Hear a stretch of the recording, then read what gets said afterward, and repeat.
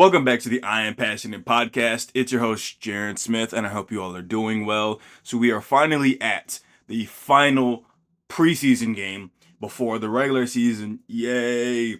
And I'm just happy that it's that Thursday night football game between the Eagles and Cowboys to kick off the regular season is on September 4th. So, we're just at about the 2 week mark until that happens. I can wait 2 more weeks. I don't know about you guys, but hey, it is okay. Um, Let me know if you guys have done any fantasy football drafts. I will be in 2 leagues this year, maybe three. Um, but both one of the drafts I believe is being done Saturday, with the other one being done Monday. I'm not sure about the third one yet.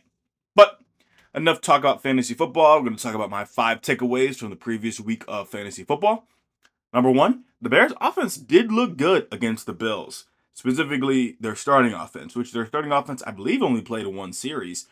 But Caleb Williams was getting rid of the ball very quickly, which is something he did not do last year. In fact, he held on to the ball a lot last year.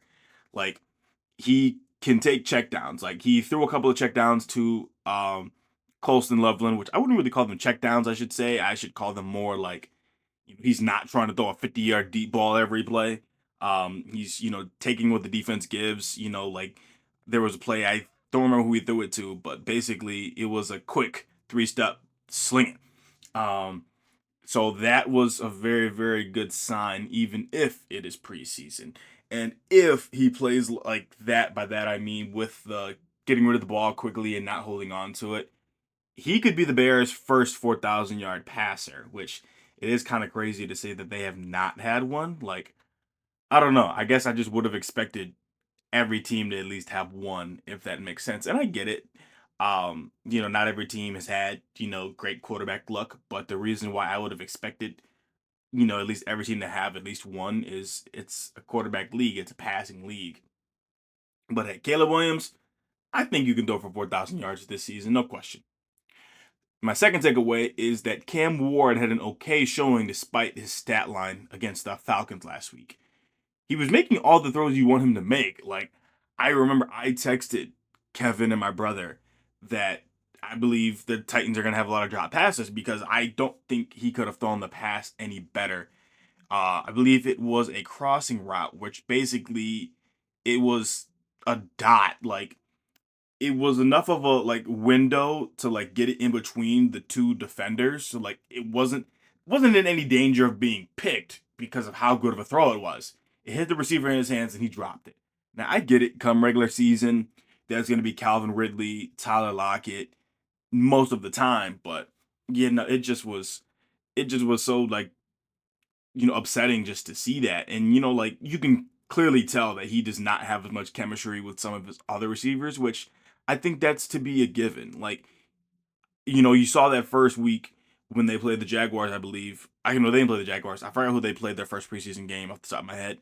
But you can kind of tell just how much chemistry he had with they played the Bucks. You can tell just how much chemistry Cam Ward had with Calvin Ridley. So Calvin Ridley might be in for a big, big season this year.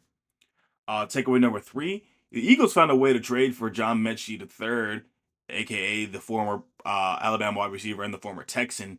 The Eagles have a good wide receiver room. Is it a top five wide receiver room? I would say so. I think, as a duo last year, AJ Brown and, Devontae Smith were already a very good wide receiver duo. But now they've got, three great wide receivers. So, well, I get it. John Mechie is a little bit more unproven compared to the other two. But I do think that, John Mechie, because he had a form of cancer his rookie year, so he didn't play. Then last year, he actually had some time to play.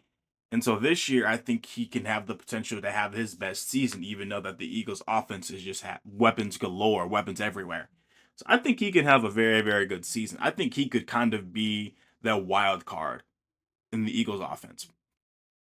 Takeaway number four, my last two takeaways are just about the Ravens specifically, as a Ravens fan. I don't like Cooper Rush as the Ravens' backup. I don't. The Ravens' offense, I keep saying it, is built around an athletic quarterback. And with him, that threat really isn't there. Now, against the Cowboys, there was a lot of, under center, which is not necessarily a problem because with Derrick Henry and Lamar Jackson will go like under center, but like they'll still have that shotgun, that pistol, which not to say that Cooper Rush can't do that. It's just he just has not impressed me. He just hasn't. Um and the thing is, the Ravens don't really have too many options to get somebody who meets that standard of, athletic quarterback. Um I would have liked it if they would have kept Tyler Huntley because I think he can run the offense fairly well, but it is what it is. Um, and for the fifth one, I've got confidence in the Ravens rookie kicker, Tyler Loop. He is the first kicker that they've ever drafted. Even Justin Tucker, he went undrafted. He went 5 for 5 on his field goals against the Cowboys, and 2 of them being 50+ yards. I think he'll have a good season. Now, at the time of this recording, it is Thursday, so there are 2 games as of today. It's the Steelers versus Panthers, that being the first game. And the Steelers' legend quarterback, well, I'm calling him a legend. If y'all don't think he's a legend, I think y'all a little crazy. That's just me. Big Ben. He was on a podcast recently talking about, quarterback Aaron Rodgers and wide receiver DK Metcalf. He mentioned that their connection has a chance to be like great. Like if they hit the season running, get their stride, they could be a top duo. But his concern, will the offensive line hold up? Will they give Aaron Rodgers time to throw the ball? And so, like, in general, for both of these teams, tonight is like an audition for like those fringe players on the roster who may or may not make it. And so, like, even if they don't make it for, say, these respective teams, another team somewhere might be like, hey, we can use another running back. Hey, we can use another guard. So there'll probably be some places for some of these guys around the league, even if it's not on these teams. Patriots versus Giants. How much will we see of both of these teams' starters? Specifically, I'm curious to see how much we'll see of Jackson Dart. I get it, he's not the starting quarterback, but I'd imagine with, teams like the Giants, Russell Wilson's probably not going to play. Jameis Winston might play, but the thing about Jameis Winston is I wonder if he'll be on the Giants, like, or will he be a potential trade target? Like, for example, maybe the Saints can make a move for him. I don't think the Giants would ask for too much, but at the same time, I would get it if they don't decide to trade Jameis Winston just because you might not want to throw Jackson Dart to the Wolves just yet. So for Friday, there are 4 games. The Eagles versus Jets. Will we see new Eagles wide receiver John Mechie III getting some reps? He'll likely maybe just get a series or 2 just before all the Eagles backups play. Just because, they play Thursday night football to kick off the regular season. So, like, yes, he's got plenty of time to learn the offense, but I think these game reps will be crucial if he can get them. Even if he doesn't catch a pass, I think these will be, crucial reps to help him, kind of fit in on the team. And then in regards to the Jets, I'm curious to see which of the starters might play, just because there might be some players who are kind of like on that fringe I referred to earlier. Falcons versus Cowboys. How will the I am said Cowboys really weirdly. How will the Cowboys handle their backup quarterback situation? Joe Milton has not really looked all that good, and he's been somebody who just makes the difficult look easy and the easy look difficult. Like when I was watching the Ravens game, I saw like there was a simple pitch play. I think this was before the Ravens got that safety, which the pitch was behind the running back, which was not particularly good. And then, he kind of, in my opinion, he has no touch, but like his touch isn't consistent, I should say. And then like when he threw a deep ball, I think to start the second half, and just it was amazing. Then just after that, he just nothing he really did really just looked all that good, in my opinion. Um, and then for the Falcons, how long will Kirk Cousins be on the Falcons? Because I'm pretty sure he's still technically on the roster. He just has not really been talked about on the Falcons because they're going all in on Michael Penix Jr. So, will Kirk Cousins finally get to be on the move? Will he, or are they just going to keep a very expensive veteran backup? Which, I mean, it's not the worst idea ever, because I'm just curious on how Michael Penix will, play. But hey, it is what it is. Vikings versus Titans. The only thing I have for both these teams is how much time will their quarterbacks be playing? Just because, again, it's both quarterbacks' rookie season. I get it. JJ McCarthy is not officially a rookie, but I'm going to call him a rookie for all intents and purposes. I don't think I'm using that phrase right, but hopefully you all understand what I'm trying to refer to. Chiefs versus Bears. I would like it for the Bears to play their starters for at least one series in their game against Kansas City. Keep the starters fresh, build off their momentum against the Bills. Like, I'm not saying the Bears need to play their starters for like the whole game. Just I want to see it for at least a little bit, at least a little bit. And then just in regards to the Chiefs, I'm just curious to see what their final 53 man roster will look like because for the most part, for the team like the Chiefs, I think we know who's going to be, on their team. Like that's a given. But just kind of seeing like those extra players at those extra positions, that's what I'm curious about. So for Saturday, final preseason Saturday will be 10 games. The Ravens will be playing against the Commanders. I'm more just concerned about Jair Alexander because he has had a lingering knee injury from the last few years, even when he was on the Packers, and I've been hearing that that knee injury is kind of bothering him again, and so I'm just curious as to is his injury as serious as I'm thinking it might be. I don't know because with Jair Alexander, I think the Ravens truly have a chance to have the best secondary statistically in the league. Like, I truly think they have that chance. And for the Commanders, I highly doubt any of their starters will play because they are a team that can compete for Super Bowl this year. I mean, as a rookie, Jaden Daniels helped lead them to the NFC Championship last year. So I think they can compete. Broncos versus Saints. Out of this game, I'm more curious to see who the Saints will name their quarterback one. Tyler, I'm just going to call him Tyler because in like previous episodes, I always refer to, I have no idea how to properly say his last name. Um, Tyler had a good game against the Chargers, and then he did not play well against the Jaguars, but Spencer Rattler did. Whoever starts, they better hope Alvin Kamara has his like insane season to make the game a little easier on them. For the Rams versus Browns, what would be the Browns' final 53-man roster? Will both the rookie quarterbacks make it? Or like will just maybe one make it and one won't? I've got no idea. And just really just for the Rams, will Stafford be ready for week one? Because I believe he's been dealing with a back injury during the offseason. So that's just a thing I am very curious about myself. Colts versus Bengals. Daniel Jones will be the week one starter for the Colts. It has been announced. Anthony Richardson has the chance to be this year's Bryce Young. I'm not exactly sure if this is like, let's just say it's too soon to tell if this is like a really good thing for Anthony Richardson or not. And like I remember seeing something on TikTok where it would have been Coach Parcells like standards for picking a quarterback, and it was like 7 things. I don't remember all 7 things, but I remember a couple. It was like you got to have a 2-to-1 ratio, you have to graduate from college, you have to be a senior, and you have had to start for at least 3 years. I think you have had to win 23 games.